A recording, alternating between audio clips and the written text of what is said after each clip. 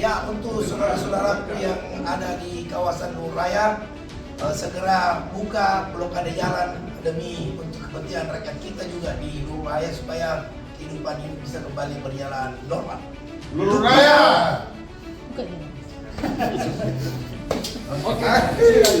Itu bagus itu contoh. Iya. Oh. Buatan almarhum. Yang tidak bertanda kencang apapun tidak. Itu harus sudah paripurna DPR, ada pansusnya, ada prosedurnya, tanda tangan.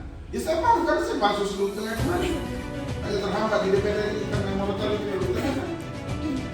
Strategi kita kemarin tidak ada yang mau mendengar oleh dulu lain jadi saya Bicara perkara kita bicara legasi undang-undangnya ada nomor 2014 daerah, lalu PP 78 itu 2007 mengatur itu.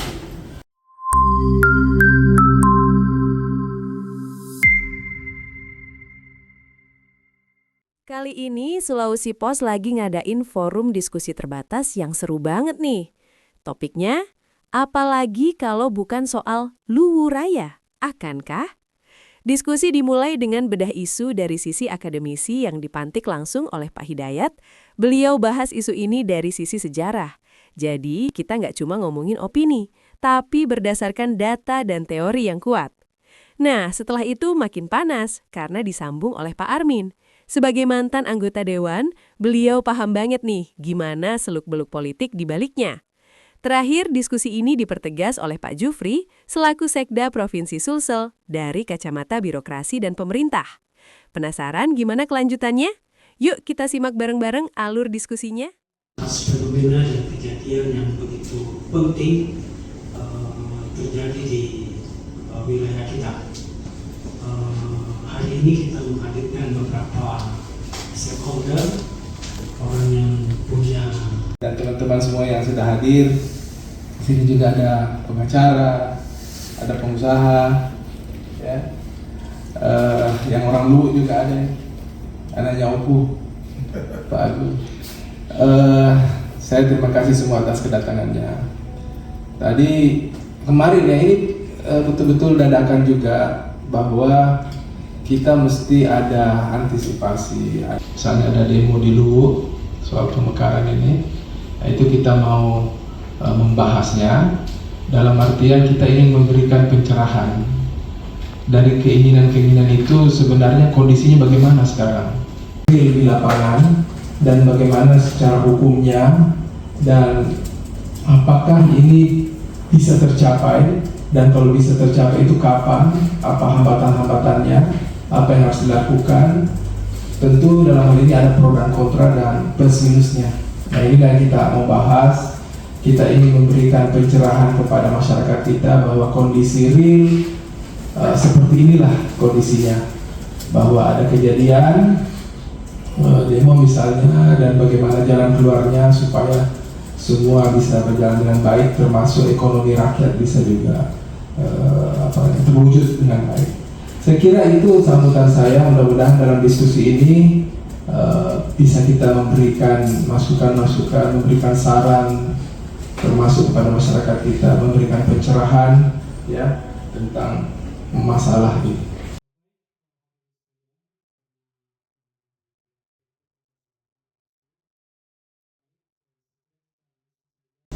saudara-saudara kita di Luwu kemarin tiba-tiba tumpah ruah di jalanan, memblokade jalanan dan akhirnya transportasi jalan raya Makassar Palopo terputus dan mereka menuntut untuk semacam pemekaran.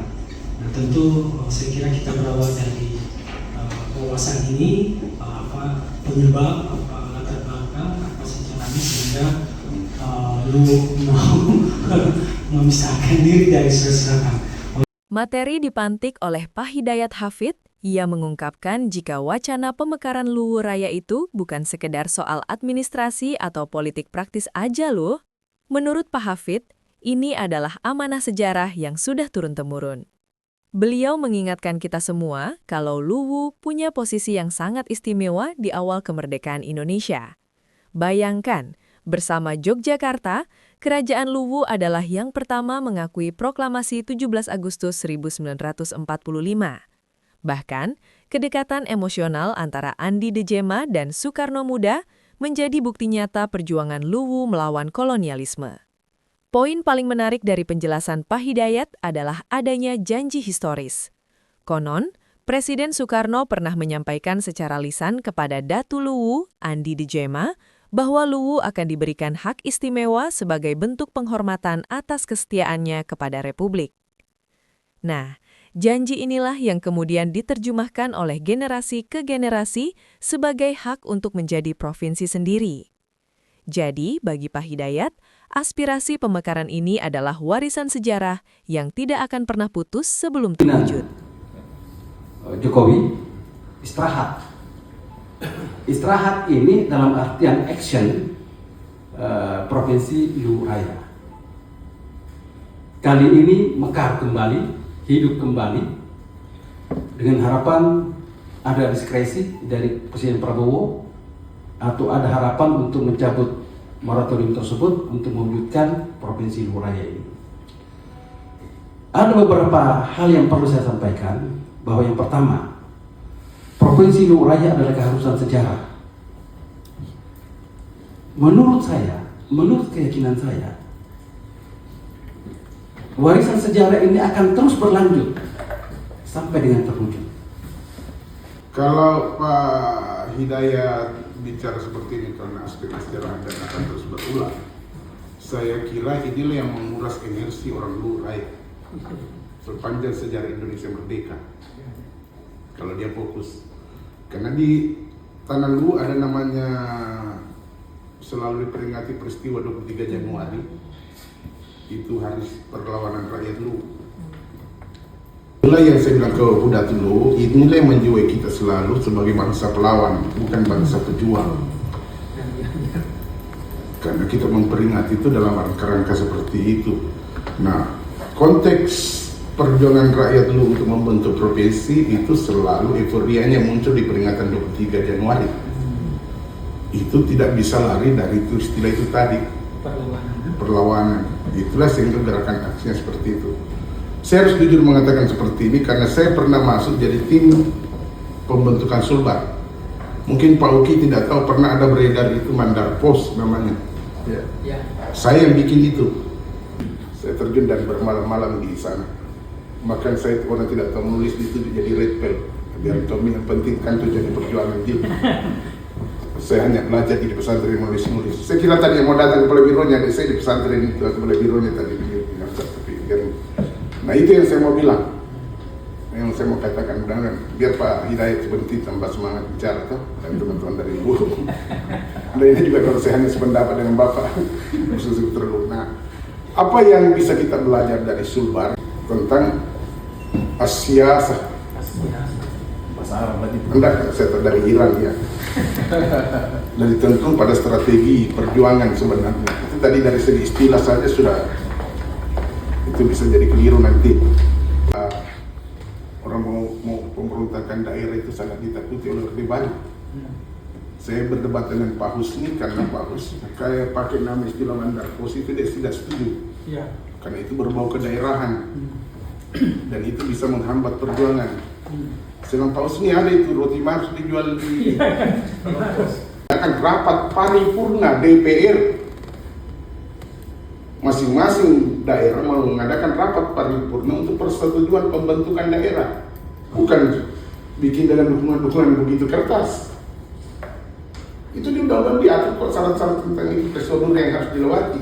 Kasus itu, saya cerita seperti ini karena saya itu Pansus Luwu Tengah, ketua Pansus Luwu Tengah saya, pembentukan Luwu Tengah, itu prosedur yang saya lewati untuk membentuk proses Luwu Tengah, sehingga sampai di sana.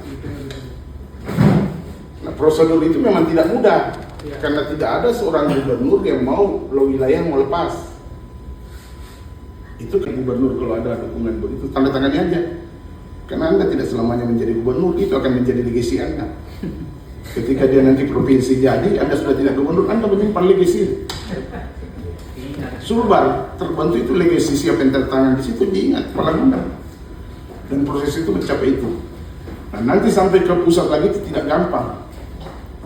Kemarin saya sudah lihat tokoh-tokoh Luwu, sudah ketemu ketua DPR, sudah ketemu Wamen. Tidak mungkin mengusir, kok pasti juga ada kata-kata di bawah, saya akan perjuangkan. Entah bagaimana hasilnya nanti. Yang penting pulang ke daerah dulu. Ya enggak, saya bicara di orang politik. Dengan kerangka komunikasi seperti ini. Itulah yang saya bilang, sama sekali tidak terlibat orang luka, tidak terlibat di dalam apa yang terjadi kemarin. Dan sebelum-sebelumnya saya terlibat, tapi kemarin tidak. Karena saya menjelaskan seperti ini, karena saya sudah lihat kemarin, prosedur, strategi, di luar mainan politik.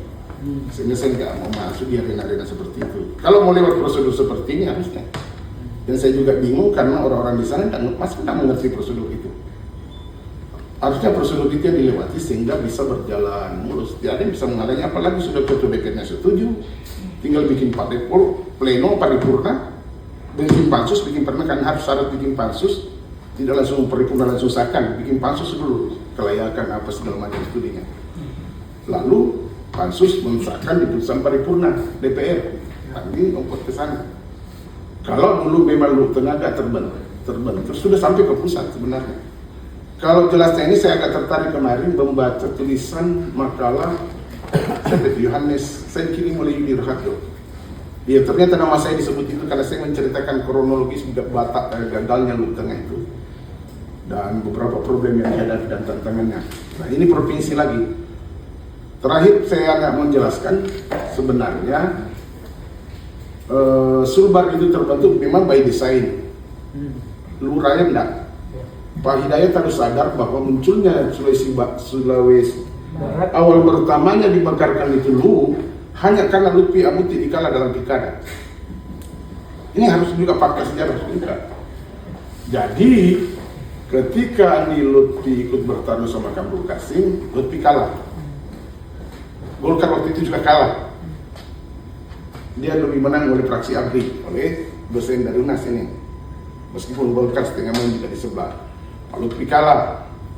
Nah Pak Lutfi kebetulan berteman dengan Menteri Otonomi Daerah, Pak Desrasid. Karena memang diutus khusus untuk ke sini untuk menjadi bupati tapi kalah, tapi melihat di DPR. Maka karena ketua DPR-nya waktu itu Andi Hasan almarhum, memang pendukungnya di Luwu juga kecewa. Nah bikinlah paripurna itu, mengusulkan untuk dimekarkan segera Luwu.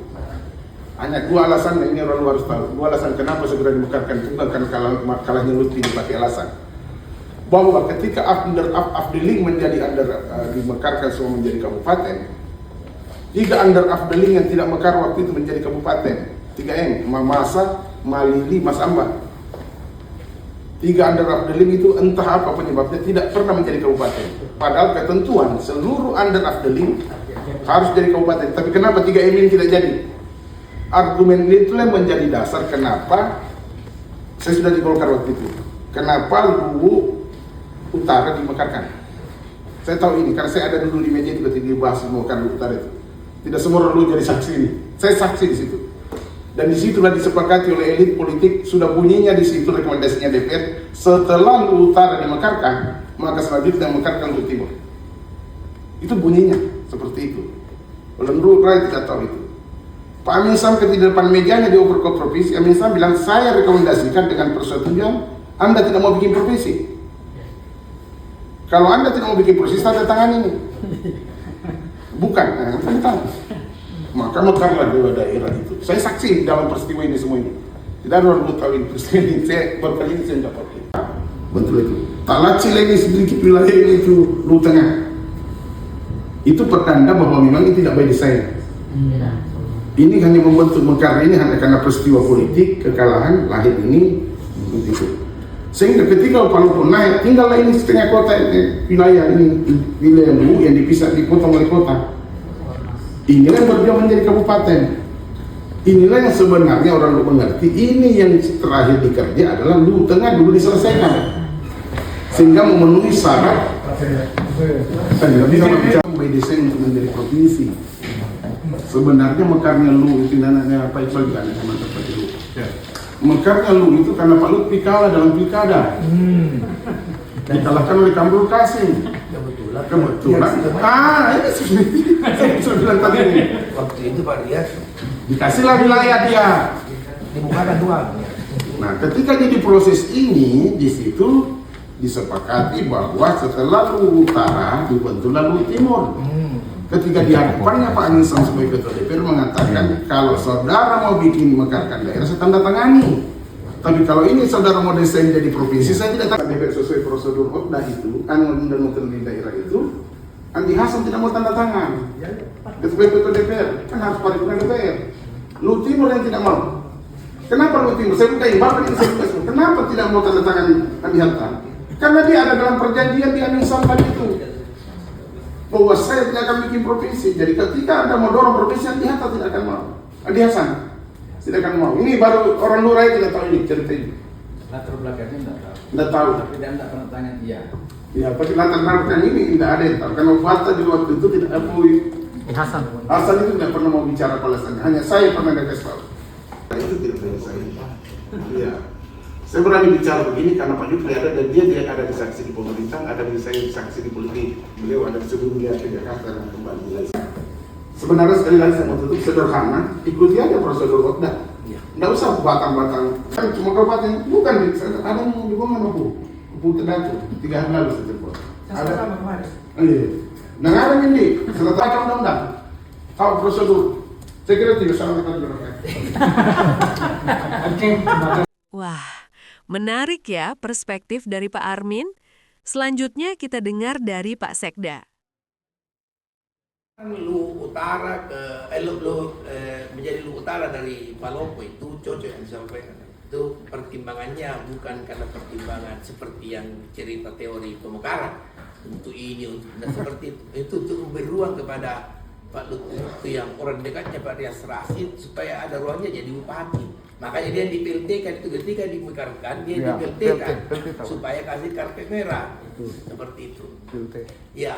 Kemudian setelah itu mekar lagi Luwu Timur. Itu yang membuat Pak Joherman Johan ketika menjadi dirjen ODA lalu membuat aturan bahwa untuk daerah yang mudah dimekarkan untuk menjadi memekar lagi itu paling sedikit mesti sekian tahun. 7 sampai 10 tahun. Jadi aturan tentang pemekaran ini kalau bicara tentang pemekaran kita bicara legal standingnya dulu. Undang-undangnya ada Undang-Undang 23 tahun 2014 tentang daerah, lalu PP 78 itu 2007 mengatur itu. Ada persyaratan mesti dipenuhi. Mau jadi provinsi minimal 5 kabupaten, kota, gitu. Mau jadi kabupaten minimal 5 kecamatan. Kalau kota 4 kecamatan. Jadi sebetulnya kalau kita mau menilai itu saja aturannya dia dulu sudah bersyarat kayak ini berapa kabupaten di Luwu. Saya hitung kalau dihitung Palopo, Luwu, Timur baru 4. Maka kemarin waktu saya pelantikannya keluar Wijak Datu Larompong bersama Datu Mardam Maklau, saya sampaikan waktu sambutan. Tidak perlu kontraproduktif itu gerakan mau itu karena pasti merugikan rakyat Luwu sendiri. Sekarang orang di Masamba, konyol mutar Luwu Timur sudah mengeluh bahan bakar, pasokan kebutuhan dan seterusnya. Jangan biarkan berlanjut karena jangan sampai orang Luwu sendiri menjadi tidak simpati terhadap gerakan ini. Padahal sudah mengerucut ini. Pemerintah pusat sendiri sepertinya sudah mulai melihat atau memberi ruang, mempertimbangkan karena kemarin Wakil Menteri Dalam Negeri sudah memberi sinyal bahwa ada kemungkinan ya, moratorium itu secara selektif akan kita buka. Dan itu juga bisa kita berpegangi karena ketika moratorium berlaku, kenapa ada 3 daerah otonom baru di Papua terbentuk? Kan begitu? Iya, betul. Iya. Dan saya yang terlibat dalam pengisian pejabatnya waktu saya masih di Kemenpan, Papua Barat Daya dan saya tidak mau ke Papua Pegunungan. Iya, honornya banyak kalau kita jadi pansel. Cuma ada tentara bilang jangan sampai bapak ke sana pulang tinggal pansel. Saya bilang tidak seimbang dengan honor yang terima itu. Saya tidak mau seperti itu. Jadi betul. Nah, di aturan itu saya sudah sampaikan juga kemarin kalau dari aspek SDA, Luwu Raya itu sangat bersyarat untuk terbentuk. Luwu itu kawasannya dari utara ke selatan adalah emas. Dari barat ke timur nikel dengan besi. Nah ini semua ditunggu Cina ini bara ini. Jadi kalau dari aspek potensi sumber daya bersyarat. Ya seperti itu. Cuma kita melihat syarat administratifnya dulu karena Luwu Tengah segera dimekarkan. Saya bilang boleh. Sekarang kita cek kecamatannya sekarang berapa. Sudah berapa kecamatan? Nah, kalau sudah cukup 5 kecamatan bisa jadi kabupaten. Seperti itu. Dan tidak boleh bersamaan lahir itu antara yang mau dilahirkan dengan yang melahirkan. Pulang makan istri itu mau melahirkan Samsung, dan tidak bisa. Samsung, ya saya lahir Sungsa seperti itu. Jadi lahir dulu tengah, sudah itu baru ajudan.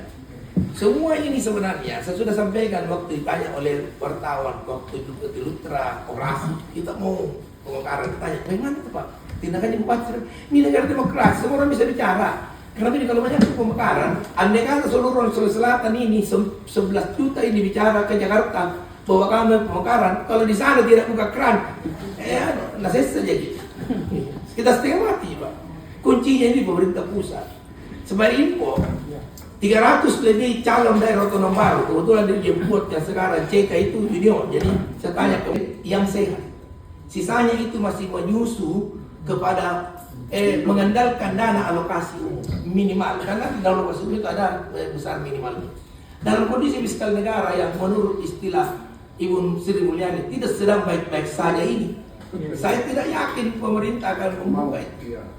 Bayangkan Pak, bayangkan dari dana pendidikan yang mendatori undang-undang bahwa harus 20% itu dikurangi hanya untuk disalurkan kepada yang namanya MBG itu. Kalau sesuatu sifatnya mandatori dikurangi, itu artinya memang negara sedang kesulitan keuangan, Pak. Lalu ada bilang, kenapa tidak berutang nih Pak? Bos, orang berutang itu kalau masih kurang tamu.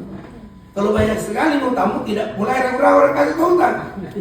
Selama ini tempat berutang Cina bilang, batal-batal itu kembalikan banyak sekali ini bos. Karena itulah cari orang lain. Pintar tong ini kita punya presiden, karena mulai tong ini campak-campak itu presiden Amerika. Amerika juga sedang kesulitan Pak. Sekarang gila-gilaan Presiden Trump, ya, itu mendorong supaya harga emas naik sampai 5.000 per troy ounce supaya mengimbangi bisa bayar utang luar negerinya. Karena banyak cadangan emas. Tapi kalau tidak lakukan menguntungkan Cina dan Rusia, karena Rusia dan Cina pemilik emas, cadangan emas fisik terbesar saat ini. Ya kita sampai ke dunia ini bicara, tapi kembali lagi ke apa? Kembali ke laptop. Ya, nah sekarang. Saya kemarin sudah sampaikan, dicincingkan PKBP. Bisa kan? Oke, begini, saya tanya Pak, saya kasih tahu kan dia cincing. Kalau itu tetap berlangsung penutupan jalan, yang paling dirugikan itu orang Luhur Utara, itu orang Luhur Timur. Artinya begini, orang Luhur Raya. Yang kedua, jangan Anda menganggap Pak Prabowo itu bisa ditekan dengan aksi begini. Prabowo itu tentara, Bapak kan tahu masa lalunya. Orang tidak bisa digarap Pak. Sekarang ini sudah mulai bagus rencananya. Kita ikut dulu tahapan administrasinya. Itu nih, saya bisa sampaikan. Fokus dulu bentuk tim. Dimungkinkan, gampang sekali. Ini kan semua persetujuannya bupati dan DPRD di daerah yang akan dimekarkan. Lalu bicara juga dengan gubernur dan ketua DPRD provinsi yang menjadi induk, itu prosedurnya. Nah sekarang saya tanya, mungkin orang di Luhur Raya itu sepakat, ketua DPRD, bupati, oke.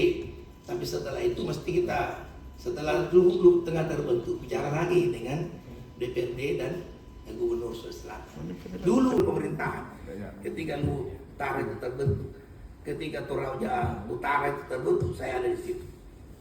Nah, seperti itu. Nah oke, pemerintah provinsi tidak akan bisa menghalangi kalau keran di pusat sudah dibuka. Ya. Jadi jangan pernah mencurigai gubernur atau pemerintah provinsi ada agenda tersebut, tidak. Saya tahu Pak Gubernur insya Allah selama itu sesuai dengan tahapan yang diatur dalam undang-undang seperti itu. Kemarin ada juga WA saya. Seulan kan itu seulan namanya siapa berbeda. Kak, kenapa bukan kita yang saya mau datang ada ya, kan orang sederhana, persoalannya lewat di mana Kak? Naik helikopter, malah saya naik helikopter. Hujan bos, baru lagi ATR atau berapa? Mudah-mudahan penuh saya bilang. Jangan seperti itu. kita ini adalah suatu entitas budaya yang sama. Jadi orang Sulawesi Selatan berasal dari satu nenek moyang. Batara Guru turun 3 anaknya, ada yang berkawin mawin dengan apa yang menjadi cikal bakal raja di Luwu, di Goa dan di Toraja dan seperti itu. Jadi saya dicepak apa pada istilahnya orang Papalaguna. Sering saya dengar waktu saya itu saya dicepak apa pada iya, satu puncak dari 4 sudut yang seimbang, 4 sudut yang setara gitu. Jadi kita ini bersaudara, dan sebagai saudara tidak mungkin kita saling menghalangi dan saling mencederai. Kemarin itu Datuk Kampapuna mengatakan, meskipun kita berpisah secara administratif, secara budaya kita adalah satu. Itu kalimat yang sangat bijak menurut saya dan sangat menenangkan. Jadi pesan saya kepada yang hadir di sini, khususnya para Tokulu, tolong dibuka itu akses jalan supaya rakyat kita jangan lagi menderita kasihan. Harga bahan bakar laporan terakhir kemarin 50 ribuan, bergeser 45 ke 50. Kemudian itu yang laku pedagang eceran, itu juga pokoknya akan banyak dampaknya dan pasti itu merugikan rakyat banyak. Ya, kalau mengatakan gampang kita beli, iya kalau Anda punya uang, tapi kan tidak semua orang itu punya. Jadi kembali, saya tidak dengar tadi penjelasannya Pak Armin, tapi bagi saya mari kita sabar, ikuti tahapannya dan sambil berdoa karena tidak ada, kalau Allah sudah berkehendak tidak bisa menghalangi. Seperti itu. Iya. Seperti itu. Saya kira itu karena ini juga Ustaz Goreng sudah Bila itu wabillahi warahmatullahi wabarakatuh. Itu tadi harus kita hargai apa yang sikap yang dilakukan oleh Ketua DPR Timur. Teguh pada komitmen. Teguh. Tapi bukan di provinsi toh, lihat dan ya. Itu aku ngeritikan tanpa aneh, bukan provinsi. Dia pegang. Ketika ada proposal untuk provinsi, dia tidak teken. Kenapa? Ada nada betul. Ini yang tidak terjadi dalam janji provinsi Luwu Raya oleh Presiden Soekarno. Itu yang akan menjadi kepala negara. Ini kepala negara. Almarhum dan perusahaan. Itu bagus itu. Itu contoh. Pembahasan fakta ini. Iya. Oh. Buatan almarhum. Iya. Yang tidak bertanda kencang, apapun tidak. Dalam proses itu negosiasi, dia juga tidak buka bahwa ada begini, tidak. Barusan saya dengar. Barusan saya dengar, dan itu bagus sekali. Untuk dipegang sebagai sebuah perjanjian, sangat langka sekali.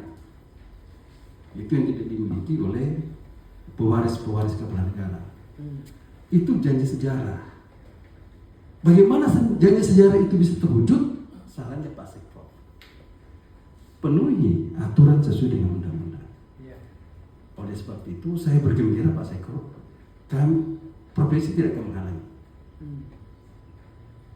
Prosedur jalan terus, Luwu Tengah terbentuk, syarat administratif kecamatan sudah terbentuk, sehingga itu bisa melanggengkan terbentuknya. Bagaimana selanjutnya terhadap provinsi tergantung pusat. Bisa jalur norma, bisa jalur diskresi. Why not? Jalur norma seperti dikatakan tadi oleh Pak Sekro, sesuai undang-undang. Jalur diskresi, Presiden punya hak untuk mengatakan boleh, karena kenapa? Ada desakan, ada tuntutan kesejarahan yang harus kita penuhi. Ya, saya berterima kasih. Marilah, mungkin Pak Sekro mendampingi gubernur, memberikan legasi seperti sarannya Pak Luwu, tanda tangan saja. Nah, ikuti prosedur dari bawah dulu. Iya. Saya kira untuk saya cukup. Assalamualaikum warahmatullahi wabarakatuh. Ya, sudah betul bahwa kita harus melakukan sesuai prosedur, sesuai undang-undang. Tetapi mungkin ya, teman-teman di sana bahwa perlu juga ada gerakan-gerakan yang dilakukan sehingga semua terbangun dari tidur panjang misalnya.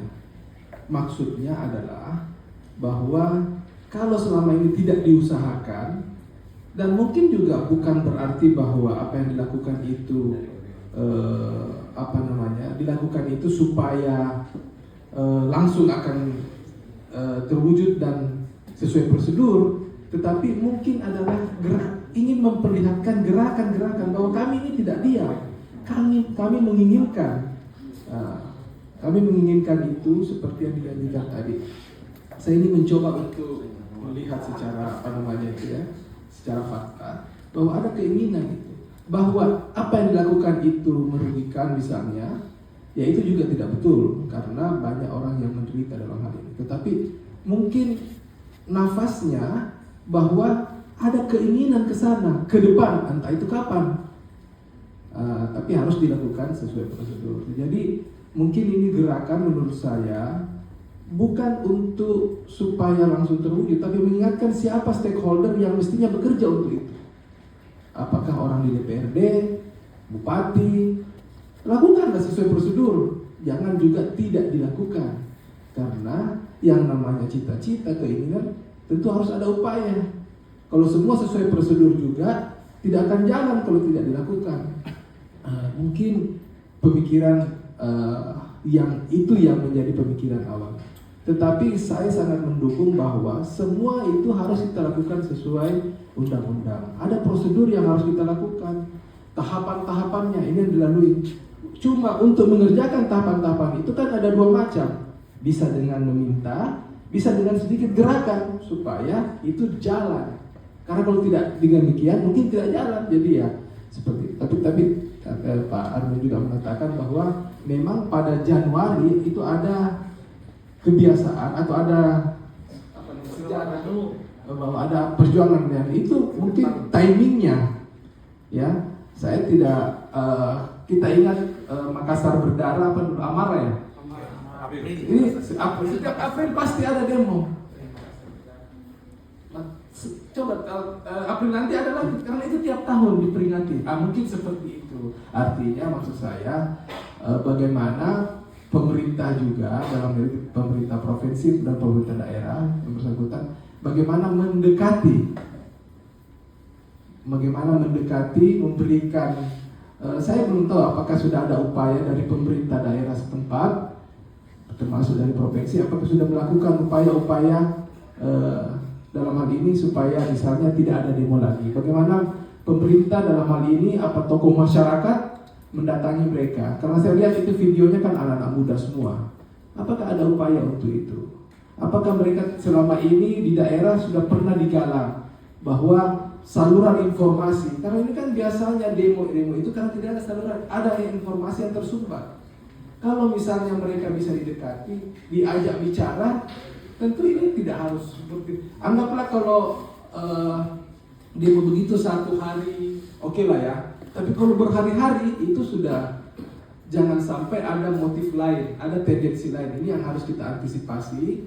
Bagaimana jangan sampai masyarakat kita bukan hanya di masyarakat Luwu, dari seluruh Sulawesi Selatan bisa bermasalah, dirugikan baik dari segi ekonomi dan lain-lain. Saya kira Pak Agung kemarin dari Luwu juga tertahan dalam hal ini. Beberapa hari di sana. Jadi maksud saya coba kita melihat secara kompleks ya, secara paripurna persoalan ini dan mesti ada upaya-upaya baik dari tokoh masyarakat, pemerintah baik di daerah Luwu dan provinsi bagaimana demo ini tidak dilanjutkan tetapi diberikan salurannya. Saya ingat sekali kalau kan sahabat dari dulu. Ada 3 hal mungkin yang saya ingin sampaikan sebagai putra Luwu di sini. Sebenarnya secara fiskal, ya Luwu ini sebenarnya sudah bisa mandiri secara ekonomi, karena kita ketahui bersama banyak pakar yang mengatakan bahwa sebenarnya APBD dari Sulawesi Selatan ini menopang 40% dari itu. Ya kalau salah saya mau dikoreksi, PAD 40% dari Luwu budget. Nah karena itulah mungkin mungkin itu salah satu sehingga ada keinginan untuk mewujudkan sejarah yang tadi disampaikan sama Pak Hidayat sama Pak Armin. Dan kedua, kalau tidak salah Pak Jufri pernah menjadi salah satu bupati di Luwu. Masalah Pak Jufri ya? Oh, saya kira pernah di Musambah.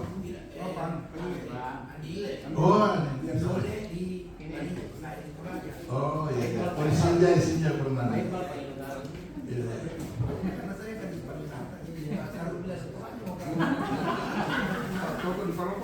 Ini kayak yang pernah di Lutaran. Oh iya. Nah ini saya mau sedikit sampaikan mengenai tentang kendali pemerintahan. Tentu Luwu ini kan terdiri dari gunung-gunung juga Pak Jufri. Jadi perlu adanya pelayanan yang dekat dengan masyarakat supaya tidak terlalu jauh ke Makassar di pusat pemerintahan, sehingga pelayanan, dan karena itulah rakyat itu rindu seperti Pak Jufri untuk sering-sering datang ke Luwu yang ditunggu-tunggu waktu ulang tahunnya dulu di Luwu sana. Tapi mungkin tadi disampaikan karena kendala jalan yang ada penutupan sehingga tidak bisa tembus.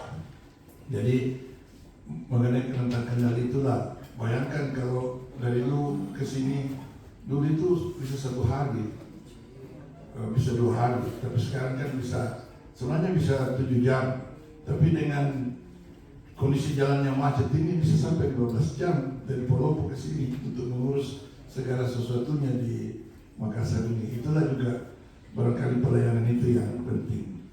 Dan ketiga, mungkin ini mumpung ada Pak Jufri sini, mungkin Pak Armin atau Pak Hidayat sekali-sekali dijadikan wakil gubernur di Sulawesi. Karena orang Luwu ini Pak, saya dengar, saya putra Luwu asli. Saya tidak berani sebenarnya menyampaikan ini, tapi apa boleh buat, karena Pak Jufri teman saya juga dari dulu, jadi saya beranikan diri bahwa ya harusnya orang Luwu ini kan sepertiga, luasnya itu sepertiga dari Sulawesi Selatan. Harusnya orang Luwu itu pernah dikorong jadi gubernur juga, atau wakil gubernur, atau sekda, atau apa. Tapi selama ini orang Luwu merasa dia anak tirikan karena tidak pernah tahu korong-korong di berapa kali kasihan tidak tercapai-capai itu. Jadi ya mungkin itu perlu dipikirkan supaya ada tong juga golongannya, apalagi ini apa itu apa istilahnya itu, kue-kuenya dia terima juga kan, berapa kali golong gagal ya kan. Tapi ini Pak Juf, ini karena saya ada di grassroots, jadi saya dengar begitu, jadi saya sampaikan bahwa itulah juga salah satu penyebab sehingga di samping tadi yang disampaikan Pak Hidayat, Pak Armin, ada sisi sejarah, ada kan dulu itu belum ada aturan-aturan itu Pak Jufri bahwa harus 5 kabupaten, harus itu tidak ada, itu kan baru saja. Iya, maksudnya waktu Andi Jema Pak Jufri ketemu sama Soekarno, belum ada undang-undang itu. Kalau orang mau kasih istimewa langsung saja. Ini kan kebetulan saya juga pengacara, jadi saya ngerti tentang itu. Dan saya pernah jadi, mungkin ada teman-teman sini, Dewan Pembaca Fajar. Saya juga pernah menjadi Dewan Pembaca Fajar. Jadi sedikitnya saya mengerti sedikit kalau masalah hukum gitu. Jadi kira-kira itu sebagai putra Luwu, itu yang mungkin saya ingin sampaikan dalam proses pembentukan Provinsi Luwu. Mungkin hal-hal itu perlu diperhatikan, dan saya berharap Pak Armin atau Pak Hidayat nanti yang wakil lah saja, atau yang menggantikan Pak Jufri nanti. Makasih dari saya, itu saja. Siapa yang tidak mau lihat dulu kuatnya pasangan Pak Amir Sam dengan salah seorang putra Luwu? Tapi di situ dilihat bahwa andai kata seluruh orang Luwu bersatu maju, sama seperti ketika orang Toraja membagi suara untuk DPD. Bayangkan, Toraja itu cuma 2 kabupaten, jumlah penduduknya tidak sebanyak penduduk total. Tetapi setiap periode DPD selalu bisa mendudukkan orang, karena mereka bersepakat. Iya, kalau ini jangan berlebihan. Kita satukan suara ke umpamanya kepada Lili Salurapa, dulu kepada pendeta yang sebelumnya, iya pendeta Lambe seperti itu. Kalau orang lu bisa bersepakat, mestinya di waktu gubernur waktu itu Pak Profesor, ya, Pak Aziz juga, Mansur Ramli juga, 2 kali milih sejarah orang beruang seperti itu. Jadi saya sebetulnya saya yakin betul orang Luwu itu punya potensi yang luar biasa. Soal kesempatan yang dikatakan Pak Agung mesti kasih kesempatan terbuka luas karena apalagi dengan sekarang berlakunya manajemen talenta di kepegawaian. Sekarang tidak ada lagi seleksi terbuka jabatan.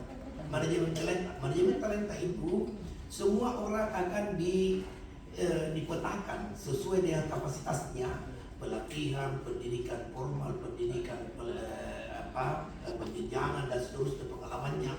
Lalu mereka dimasukkan ke dalam kebetulan saya terlibat penyusunan RPP saya terlibat. Semua yang masuk di kota 9 atau 9 box 9 itu namanya Star Box itu bisa langsung masuk dalam jabatannya. Ini kita sudah menerapkan di Sulsel. Itu tidak ada pertanyaan apakah Anda orang Batak, orang begitu masih di box 9. Gubernur selaku ketua komisi suksesi tidak boleh menunjuk orang selain yang diajukan oleh ketua komite talenta. Komite talentanya itu ketuanya adalah sekretaris provinsi, legal provinsi, termasuk kepala BKD, dan kemudian masuk BKAD dan inspektur. Jadi lihat, ini pegawai ini pernah kena hukuman jabatan. Kalau pernah kena, dikurangi saja. Sehingga scoringnya itu akan menentukan posisinya di dalam 9 kota ini. Seperti itu. Nah ini akan membuka ruang termasuk kepada terlalu jaga kekhawatiran kami tidak diberi ruang, itu sudah bisa tertutup sekarang karena sistem sudah berubah. Soal layanan, saya Pak Agus sampai kata kejauhan kalau kita mau mengurus sesuatu benar juga. Dulu ada konsep ya, di waktu saya masih kepala protokol, dulu ada namanya residen pembantu gubernur, wilayah diribai oleh residen. Keputusan terkait Penuh Makassar di Majaya dulu masih menggaman dengan kita, belum ada surbar. Itu Pak Awal di sana, residen pembantu Pak Awal. Kalau ada apa-apa dia cuma mendapat Pak Palguna izin pulang, ada begini terus ya. Dan itu mempercepat, memendekkan jalur pelayanan kepada masyarakat. Saya kira ini yang kita bisa ajukan kembali ke kementerian untuk itu dipraktekkan.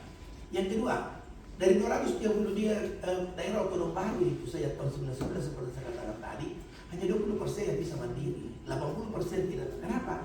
Karena selama ini pemekaran itu lebih pada aspek politis dibandingkan pertimbangan aspek administrasinya. Seperti itu. Sehingga ada kejadian, menurut teori pemerintahan yang kita pelajari, pemekaran itu tidak boleh mematikan induk. Kejadiannya, ini contoh soal saja, Kabupaten Asahan dulu itu sangat besar, Inalum kan di sana, banyak dana bagasi dia banyak. Begitu di penjara Kabupaten Batubara, Inalum jatuh miskin. Jadi ini anak dosa ini kepada ibu, karena dia miskin ke orang tuanya. Seperti itu. Kalau menurut teori yang tidak boleh begitu. Nah, kemudian kenapa Pak Jerman saja waktu dia order membatasi bahwa minimal dia mesti 7-10 tahun setelah dibuka baru bisa mengangkat kembali karena kejadian di Lut Timur itu. Saya tidak tahu berapa tahun, 3-4 tahun setelah baru terbentuk begitu. Iya kan? Jadi masih balita pas sudah melahirkan. Oh itu stunting anaknya nanti kalau terlalu melahirkan kira-kira begitu. Nah, jadi belajar dari itu mestinya pemerintah pusat bisa menempuh langkah sebelum suatu daerah dimekarkan. Bikin dulu daerah persiapan. Dulu zaman dulu itu Pak ada namanya kota administratif kelebihan kabupaten. Kalau dia jadi kotip dan mampu mandiri jadi kabupaten atau kota. Nah itu kalau begitu Pak, dulu dijadikan kotip, bagus jadi kota. Di Bone, mereka tidak sepakat Pak. Ada waktu itu saya Mereka nolak. Iya, karena mengatakan kita akan terpecah. Ini Bone adalah entitas kita kerajaan besar di masa lalu. Akhirnya dihilangkan kota. Coba kalau dari kota Bone berapa orang Bone bisa jadi eselon 2A. Eselon 2 banyak yang kira-kira seperti itu. Pertimbangan seperti inilah yang selama ini mendominasi pemikiran pemekaran daerah. Saya mudah-mudahan apa yang dilakukan Luwu Utara, Luwu Raya ini bukan karena pertimbangan itu. Kalaupun itu iya, itu sangat manusiawi. pasti semua orang akan berjuang agar supaya banyak orang Luwu yang bisa duduk di pemerintahan dengan eselonnya seperti sekarang ini. Tetapi kembali saran saya bahwa kalau ini mau diwujudkan, tidak perlu dengan cara dikatakan Pak Supriyansa tadi, mungkin mereka mau dilihat juga mengingatkan sehingga ada gerakan. Tapi bagi saya sarankan ikuti prosedur saja. Begitu prosedur terpenuhi, tidak ada alasan untuk tidak memegangkan. Yang kedua, tolong sampaikan kepada orang-orang ada di DPR RI saat ini untuk suruh buka itu keran pemekaran. Keran pemekaran ini dulu ditutup pada hari pertama Pak SBY dengan Pak JK. Tapi mungkin pertimbangannya mungkin Pak JK menyarankan bilang jangan dulu ada pemekaran karena terlalu banyak ini. Karena begini, hitungannya hitungan ini Pak, bisnis. Kalau jumlah pembagi modal tetap baru pembaginya banyak, bagi kecil itu. Nah, jadi kalau jumlah daerah kabupaten kota sekarang kabupaten di Indonesia 418, kota 98, provinsi 38, termasuk daerah Tombak di Papua. Bayangkan itu kalau bertambah lagi dengan taruhlah setengah dari yang masuk di Dewan Pertimbangan Otonomi Daerah saat ini 300 usul daerah otonom baru, berarti bertambah 150. Bisa Bapak bayangkan, faktor pembagi bertambah 150 sementara uang yang dibagi tidak berubah. Uang yang dibagi itu sekarang cuma sekitar 3.000 triliun, ya. Sebagian ada tumpukan di situ ya, jadi 3.000 triliun. Sekarang kebijakannya Purbaya lain lagi. Beliau mengatakan, dan ini tidak bisa disangka dia punya teori. Saya sudah kasih kau selama ini kenapa mengendap di bank? Itu juga menurut saya akal-akalan, mudah-mudahan saya keliru. Karena selalu itu dengan namanya dana alokasi umum itu ditransfer menjelang akhir tahun, nggak ada waktu untuk menghabiskan. Caranya menggiring kita bilang sistemnya itu ada namanya sistem ganti uang. Belanjakan dulu, masukkan pertanggungjawaban, saya gelontorkan gantinya. Kelemahan kita di Indonesia adalah gampang menggunakan uang, terlambat membuat pertanggungjawaban. Itu kesalahan selama ini. Sehingga dana alokasi khusus yang ada, alokasi khusus yang diserahkan kepada daerah itu kadang-kadang untuk tahapan terakhir itu tidak cair. Karena kan tidak boleh mencairkan lewat dari tanggal 23 Desember kalau visi. Nah itu Pak, kalau kita terima DAK bikin proyek, Anda tidak datang itu tambahannya yang terakhir, itu ditanggung oleh APBD. Itu bahaya. Jadi menurut saya ini jebakan Batman juga ini oleh pemerintah pusat. Kita digembirakan lalu kemudian disulitkan di akhir. Nah, dalam kondisi fiskal yang tidak berubah, tidak akan mungkin, saya kira ya, secara logis saya pemerintah pusat pasti akan mengerem ini supaya tidak terlalu banyak faktor pembagi. Tetapi sambil kita menunggu itu, sebaiknya kita penuhi syarat formal. Kalau kita sudah bersalah secara formal, begitu dibuka keran, ada alasan kita untuk menuntut. Apalagi, kenapa kau tidak kasih saya sudah memenuhi syarat? Itu aja, seperti itu. Karena biar juga kita ini satu luru raya bakar-bakar di jalan, membakar seluruhnya, itu sendiri. Karena kalau tidak bersalah, bagaimana caranya? Begitu kita dipanggil, ketemu presiden sekali, banyak, dan lu datang, dia tanya, sudah berapa kabupaten di sana? Dia bilang baru apa Pak? Tidak bersalah gitu, karena aturannya ada. Mati pulang nih, makin ngotot. Diketawakan ini, rajin-rajin baca aturan. Kira-kira kalau saya yang sambil guyum kan, itu sangat menyakitkan gitu loh. Menghina kadar intelektualitas kita di Indonesia. Kira-kira seperti pelecehan struktural dan intelektual. Siapapun gubernurnya, ini warisan sejarah. Orang Luwu tidak akan pernah mengkhianati fatwa rajanya. Tidak akan pernah.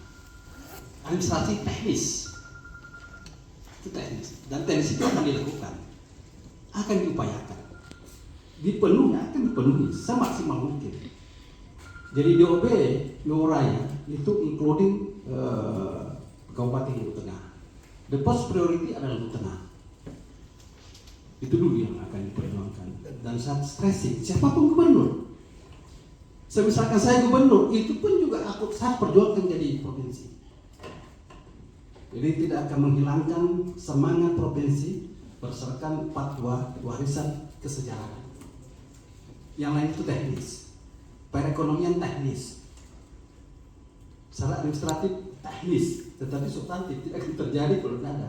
Tapi spiritnya adalah warisan sejarah. Ini barangkali yang perlu dijadikan catatan bagi kita semuanya, bahwa tidak ada alasan bagi Luraya untuk tidak selalu berjuang sampai dengan terwujud. Perjuangan ini saya ekspresi berdasarkan hasil kemarin. Provinsi Luraya adalah bekas kerajaan Luwu atau bekas kabupaten Luwu. Itu yang disepakati di Kedatuan Luwu. Saya kira. Assalamualaikum warahmatullahi wabarakatuh.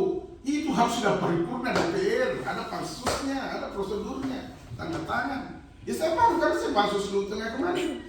Ada terhambat di DPR ini karena moratorium ini Luwu Tengah kan. Strategi kita kemarin, ini tidak ada yang mau mendengar orang Luraya, jadi saya lebih milih diam saja. Prosedur kita itu adalah, oke, tahan dulu provinsi kan dan memenuhi syarat. Strategi kita Luwu Tengah dulu diperjuangkan. Hambatan kita yang hanya soal moratorium. Tidak jadi. Ya kalau mau berjuang seperti itu, Luraya mau masuk lagi, ini gagal nanti lagi di Luwu Tengah. Karena ini kebenaran utama kita sembunyi ini karena orang tidak mau. Kalau kau berjuang Luwu Tengah untuk jual provinsi, nah ada itu Luwu Tengah. Makanya kita diam-diam dorong main-main ini. Ada tulisan bagus tadi, ada salah satu di dosen bahasa Indonesia, ada namanya Pak Yohanes nulis itu. Itu kronologis tentang Luraya terhambanya termasuk Toraja itu ada semua di situ terungkap. Termasuk saya lihat biar statement saya sebagai ketua pansus di situ. Terungkap semua itu. Latar sejak itu Luraya didirikan, kenapa Toraja tidak mau masuk, kenapa bentuk ini tuntas semua di situ. Saya nanti kirim itu Pak. Ada di peneliti dari Belanda, di Grot juga menulis tentang itu, tentang gagalnya provinsi Luraya. Itu semua sudah tuntas semua kajiannya. Orang tinggal ya tidak mau membaca enggak. Ada yang mau didengar enggak orang Luraya? Saya enggak ngerti. Padahal ngapain harus di batang pohon? Pergi saja sidang di DPR di situ. Apa begini? Bikin pansus. Terus saya Pak Jufri jelas saya bilang tidak ada istilah di Luraya pangulukada. Pangulukada itu pemegang kata. Tidak ada yang satu yang jadi komando. Nah ini saya tidak paham. Jelaskan kembali, bukan begitu, bukan begitu nak. Memang penandatangan kemarin itu situasional. Nah, jangan saya jelaskan dulu. Nah akhirnya yang terjadi tumpah. Yang kebetulan satu kelas saya di pesantren itu ketua Iswana Migas. Saudara, bantu dulu ini. Ini sudah dari surat dari Pertamina, bahan bakar sudah habis. Nah, LPG habis. Hasbidin nanti saya di pesantren dulu. Minta tolong kasih masuk mobil tangki saya. Akhirnya 4 semua bupati saya telepon malam itu. Kasih masuk di mobil ini. Berbalik lagi itu. Terbalik nanti serangan kalau LPG sudah tidak ada. Ya kan turun malam itu malam semua bupati itu malam pergi. Saya buka kasih masuk itu. LPG sudah tidak ada di lapangan. Ya jadilah itu malam. Ya enggak, saya enggak menegosiasi DPR masih bisa tunjuk perintah bupati seluruh rakyat ini adik-adik saya belum pernah bilang. Nah maksud saya hal-hal begitu tidak mesti terjadi kalau prosedur ini secara formal tadi dilewati. Itu saja sederhananya. Tidak usah berputar-putar, ini saja. Maksud saya selalu, Pak Iqbal dengar waktu saya pidato di pesantren di situ. Model kita sekarang di kondisi bangsa ini lewati dulu serangan udara. Nanti serangan udara masuk. Serangan politis, serangan apa itu masuk di sini, tapi tidak bisa serangan udara masuk. Anda tidak mau melakukan serangan darat dulu. Prosedur lewati dulu. Nanti lobby main. Kebetulan bapak teman kita juga kocok-kocok sedikit apa begitu. Ya emang begitu, emang begitu kan tidak bisa dihindari di publik ini. Tadi Pak Jufri telepon dari Bim Betul, kan bisa langsung itu. Acara saya di IMIN, tidak mau hadir Ibu Cicu, belum ada acaraku. Saya tahu Ibu Cicu Kolonel MPD. Kebetulan ada IMIN yang bagi-bagi PBG di pusat Kolonel Rizal. Saya tidak mau kita datang, ini suruh kita datang kalau bisa ada juga. Begitu. Ini Pak Wali tadi, saya ini Pak Wali. Sebelumnya dulu ke Pak Jufri saya dulu. Apa kita harus dirjen itu dan ada itu wakil sekjen itu dan ini itu Mas Darman. Oh begitu bantu kayak sudah sih. Maksud saya hal-hal yang begini saya cerita hal begini sebenarnya bisa dikatakan dengan prosedur tidak usah marah-marah. Nanti kalau diusul kami sesuai prosedur tidak ada jawab, baru kita marah-marah. Ini belum prosedur jalan sudah marah-marah. Yang penting aja dulu ini. Saya sederhana begitu nyaman. Saya sudah nggak begitu. Baik, saya kira kita sudah berada di satu titik temu bahwa semua pihak sebetulnya tidak ada yang menghalangi Tidak ada. janji-janji. Oh, ada lagi, silakan. Ada. Sebentar meja saya kirimkan. Baik. Mantan Bupati. Bapaknya juga Bupati. Dan semua yang hadir, yang saya bahas ya, memang seperti yang diperkenalkan tadi, kebetulan bapak saya bupati pertama di Luwu setelah raja-raja. Ya, sebelum di atasnya itu Popon Yama, Jema dari yang non kerajaan ya. Pengalaman kami ya seperti yang Pak Ahmad tadi cerita, Sulbar dan termasuk Raja Utara itu muncul pada Banda, ada toko. Dan toko ini necessary kondisinya itu punya kemampuan lobby, kemampuan politis. Tetapi ada sufficient conditionnya, syarat cukupnya harus punya kemampuan finansial. Iya. Syarat harusnya itu dia punya kemampuan lobby, necessary condition itu harus dia punya kemampuan lobby kemana. Ada toko yang bisa menjadi ya sebagai datuknya lah begitu kan, payungnya begitu. Seperti di Sulawesi Barat. Tapi sufficient conditionnya ada kemampuan finansial juga. Nah, seperti yang paling kalau Kutub yang saya tahu di Sulbar kita sudah sebutkan. Di Raja Utara itu yang bendaharanya dulu Pak Armi, bendahara Golkar dulu, yang itu Pak siapa Lambe ya? Iya. Pak Lamba. Ya, Lamba itu. Pak Mas itu siapa namanya? Yang orang Papua itu, yang kerja di Papua itu sponsor di sini. Ya, jadi memang juga jadi ada. Nah, dalam kasus di Luwu ini memang perlu ada toko yang bicara di pusat yang memang yang bisa punya kemampuan lobby yang cukup. Seperti Pak Adnan dulu di Sulawesi Barat. Iya, yang kedua kecenderungannya sekarang pemerintah pusat itu pemekaran itu bukan berdasarkan etnis, tapi berdasarkan wilayah. Kalau etnis Pak, Luwu itu termasuk sampai di Poso, sampai di Kolaka. Nah lucunya ini kan kalau kita bicara Luwu selalu dianggap ini sampai mulai Belopa saya sampai di Malili. Kamu bicara itu baik-baik itu mencukupkan misalnya. Jangan curi, jangan terlalu memaksa, harus luten saja. Kalau mau bicara etnisnya, kalau mau bicara kewilayahannya, misalnya Sulawesi Timur, pakai Wajo gitu kan. Sebelum diambil sama Banggai di sana menjadi provinsi, menjadi Sulawesi Timur kan, bisa aja Sulawesi Timur ke Wajo. Misalnya jadi kalau kita bicara etnis Luwu bukan hanya Belopa sampai di Luti, itu pasti. Jadi kalau itu bapak mengangkat Pak ya ada aja lah kalau dulunya. Kan Kolaka kemarin juga apa yang di Morowali, ya, utara itu kan. Kalau Kotari juga bisa.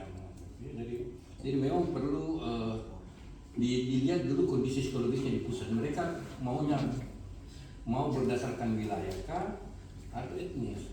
Karena kalau etnis memang agak susah untuk memperjuangkannya begitu. Nanti sebagai tambahan saya makan. Terima kasih teman-teman.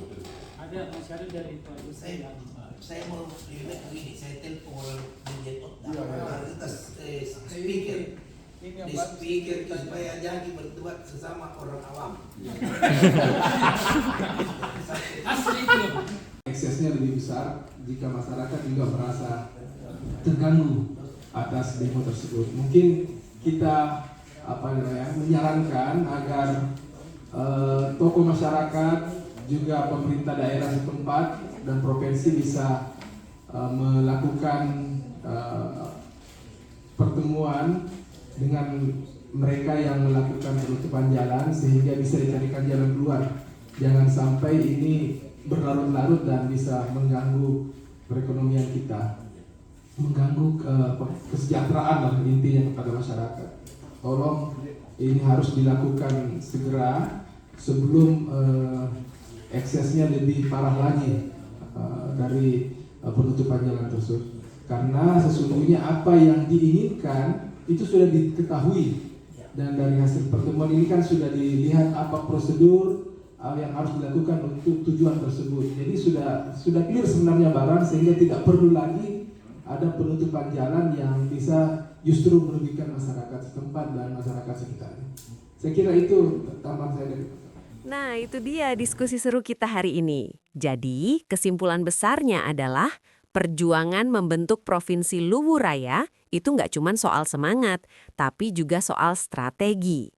Poin pentingnya, kita harus fokus memenuhi semua persyaratan administratif sambil terus menjalin komunikasi biar dapat lampu hijau dari pemerintah pusat. Aspirasi itu sah-sah saja, tapi ingat ya, nggak perlu sampai menutup jalan provinsi atau bikin macet total. Kita kawal isu ini dengan cara-cara yang intelektual, tertib, dan tetap solid demi masa depan daerah kita tercinta.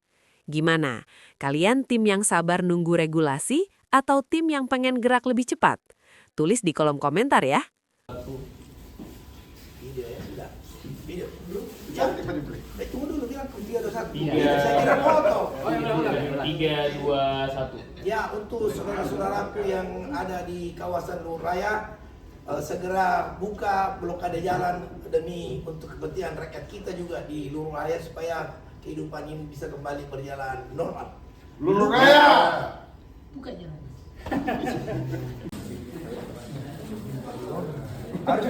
harus mengisi rubrik Siap. harus mengisi rubrik khusus Pak Ubi. Udah? Pak Armin. Gini Bapak, gini 3, 2, 1, sekali lagi 3, 2, 1. Pak Armin aja. Tambah laku kalau bawa aneh. Foto lagi. Masih Pak. Oh begitu kan? Gimana? Sini Pak. Biar Pak. Saya ini nggak tahu Pak.